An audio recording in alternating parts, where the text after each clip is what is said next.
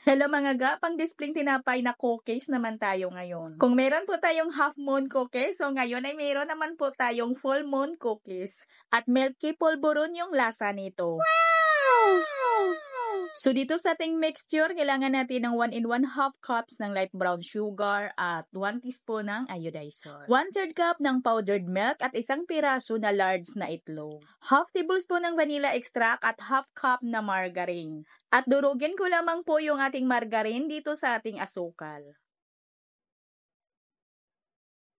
At pagkatapos ay lagyan natin ito ng 1/3 cup lang na tubig. At ayan naman tayo mga ga, hindi na-on yung ating camera sa paglagay po natin ng tubig. At haluin lang po natin para halos matunaw yung ating asukal.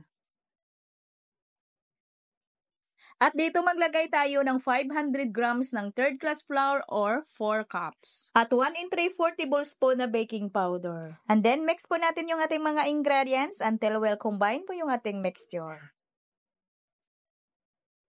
At ilipat lang po natin ito sa ating misa at maglagay lang po tayo dito ng harina. At masahin po natin ito ulit. Tempered lang po natin ito para maging siksik po yung ating mixture. Press down lang po talaga natin ito ng paulit-ulit hanggang sa mararamdaman po natin na naging matibay at siksik na po yung ating mixture. At habang idiin po natin yung ating mixture ay bagdas lang po tayo ng kaunti lang po na harina pang tanggal lagkit lang po sa ating misa.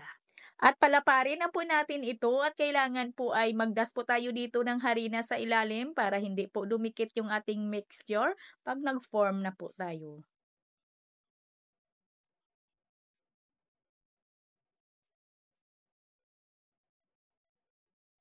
At meron po ako dito isang set ng ating cookie cutter mga gaat. Ito lang po yung pangalawa sa pinakamaliit yung gagamitin natin. At yung pagpalapad natin ng ating cookies ay hindi po ito masyadong manipis at hindi din masyadong makapal.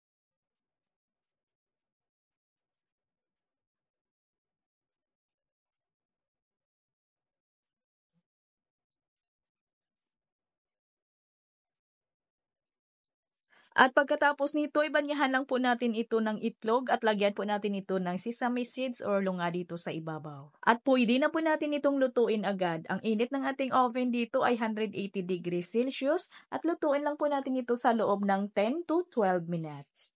At ang bintahan ko po dito mga ga, 5 piso lang. Kayo depende na ho yan sa inyo sa laki po ng inyong cookies. At kayo'y magkusting lang bago po kayo magbenta. At hanggang dito lang po yung ating video. Ito pong muling inyong Kainday Tinapay. Maraming salamat at bye-bye.